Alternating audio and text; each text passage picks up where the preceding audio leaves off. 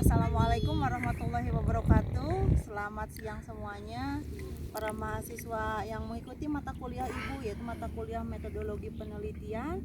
Hari ini kita memasuki pertemuan ketiga.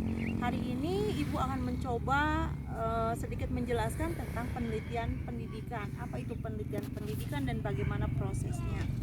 Penelitian pendidikan itu merupakan suatu proses yang terdiri dari beberapa langkah.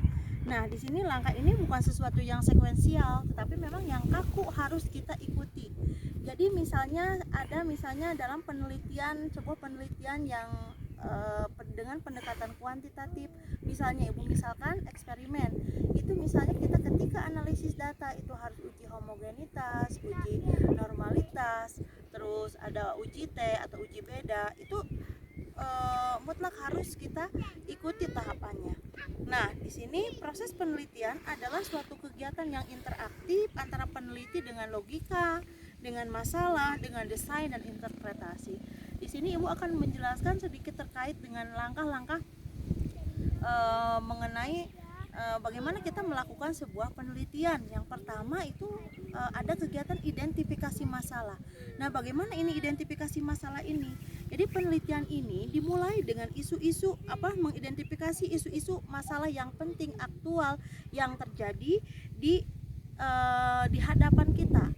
Nah, khususnya mungkin bagi teman-teman yang sudah mengajar, menemukan permasalahan di kelasnya, menemukan permasalahan misalnya tentang kemampuan anak, kurangnya misalnya minat membaca, rendahnya literasi anak untuk misalnya di sekolah dasar. Nah, itu bisa kita kaji dan identifikasi. Jadi indikator-indikator apa saja penyebabnya, kenapa bisa hal itu terjadi, dan teman-teman bisa melakukan identifikasi masalah tidak hanya dari segi kebahasaan, tapi dari segi sosialnya, segi matematikanya, dan segi misalnya kinestetiknya, sesuai dengan kendala-kendala yang kita hadapi di lapangan. Nah, bagaimana misalnya bagi yang belum mengajar, ini tidak ada alasan untuk tidak bisa mengidentifikasi masalah. Teman-teman bisa mengidentifikasi atau menemukan permasalahan ini dari artikel-artikel para ahli yang dipublishkan di jurnal-jurnal.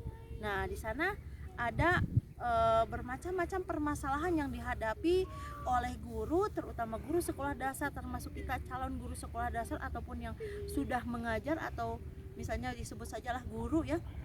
Nah, di sana kita bisa menemukan permasalahan bisa dipandang dari berbagai segi atau sisi. Nah, itu bisa saja kita mengidentifikasi masalah tidak hanya dari lapangan, tetapi memang kita bisa menemukannya dengan cara mengakses atau menelaah artikel-artikel yang publish di jurnal. Oke, yang kedua, setelah kita mengidentifikasi masalah, langkah yang kedua adalah merumuskan dan membatasi masalah. Nah, perumusan masalah ini merupakan perumusan dan pemetaan faktor-faktor atau variabel-variabel yang terkait dengan fokus masalah. Kita fokuskan masalahnya. Jadi jangan terlalu umum, tetapi memang harus spesifik. Ibu contohkan misalnya kita mau Ibu mencontohkan dengan kajian Ibu sendiri, misalnya membaca pemahaman untuk kelas 5 sekolah dasar. Itu teman-teman berarti problem solvingnya atau mengkajinya atau menyelesaikan permasalahannya itu harus khusus dengan model atau metode terkait tentang untuk meningkatkan kemampuan kebahasaan. Alangkah lebih bagusnya seperti itu. Dan difokuskan itu hanya membaca pemahaman pada misalnya anak kelas atas atau kelas 5, kelas 4 ataupun kelas 6. Bisa juga untuk membaca permulaan, kita fokuskan misalnya ke anak sekolah dasar kelas 1 misalnya ya. Itu harus fokus. Jadi jangan melebar kemana-mana. Jangan terlalu luas si variabel yang akan kita gunakan untuk dasar penelitian kita. Nah, di sini setelah melakukan atau membatasi atau setelah merumuskan dan membatasi masalah, baru kita melakukan studi kepustakaan. Studi kepustakaan ini merupakan kegiatan yang mengkaji teori-teori yang mendasari penelitian, baik teori yang berkenaan dengan bidang ilmu yang diteliti secara metodologi. Nah, ini kita melakukan studi kepustakaan. Bagaimana Ibu Alam studi kepustakaan? itu kita misalnya membaca, boleh kalau teman-teman misalnya membaca buku-buku terkait model-model pembelajaran, misalnya buku-buku terkait dengan misalnya kita mau meneliti permasalahan tentang misalnya kemampuan matematika atau kemampuan memecahkan, misalnya kemampuan untuk soal pecahan, kemampuan logika matematikanya seperti apa. Berarti kita harus mengkaji buku yang terkait dengan fokus-fokus masalah tersebut. Adapun misalnya bisa juga teman-teman membaca dari skripsi hasil orang yang ada di repositori, ya. Bisa juga teman-teman seperti tadi mengkaji dari artikel-artikel yang publish di jurnal, ataupun misalnya tulisan-tulisan para ahli yang ada di web, bisa silakan. Yang keempat lalu adalah merumuskan hipotesis. Hal-hal yang pokok yang ingin diperoleh dari penelitian itu pada awalnya dirumuskan dalam bentuk hipotesis atau pertanyaan penelitian. Rumusan hipotesis ini dibuat apabila penelitiannya itu menggunakan pendekatan kuantitatif dengan pengolahan data statistik inferensial. Untuk penelitian kuantitatif yang menggunakan pengolahan data statistik deskriptif itu tidak diperlukan rumusan hipotesis, cukup dengan pertanyaan-pertanyaan pokok. Demikian juga pada penelitian kualitatif, seperti itu. Nah, yang kelima, baru kita bisa menentukan desain dan metode penelitiannya.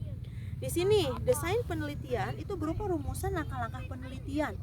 Misalnya kita menggunakan metode atau pendekatan kuantitatif, metode kuasi eksperimen, itu desainnya ada.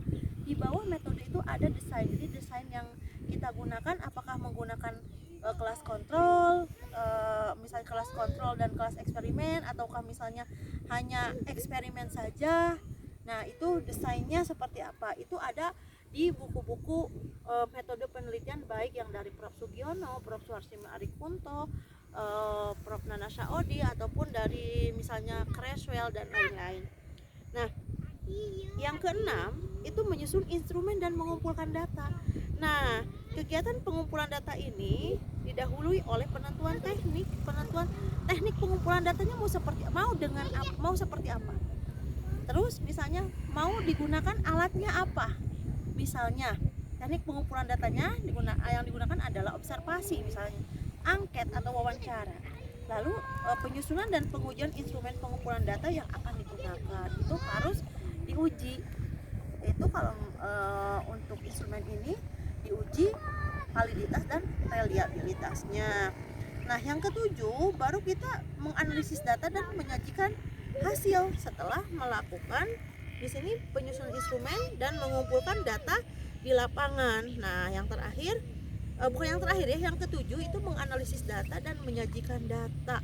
Nah, menganalisis data ini disesuaikan dengan pendekatan apa dan metode apa yang kita gunakan dalam penelitian kita.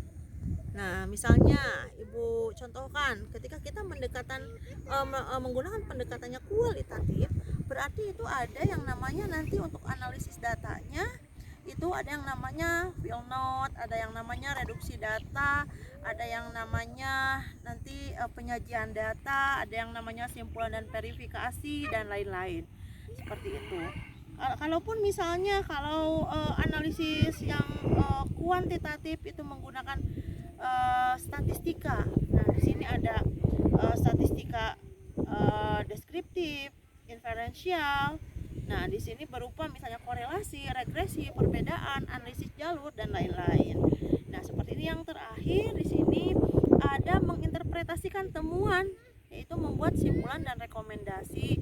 Nah, sesudah kita membuat atau menyajikan hasil, menganalisis data dan menyajikan hasil, kita juga harus membuat temuan atau simpulan dan rekomendasi. Nah, ini untuk di sini nanti untuk bahan ajarnya sudah Ibu upload di Google Classroom dan teman-teman bisa mempelajarinya. Di sini ada catatan-catatan penting, silahkan teman-teman pelajari. Terima kasih, selamat belajar.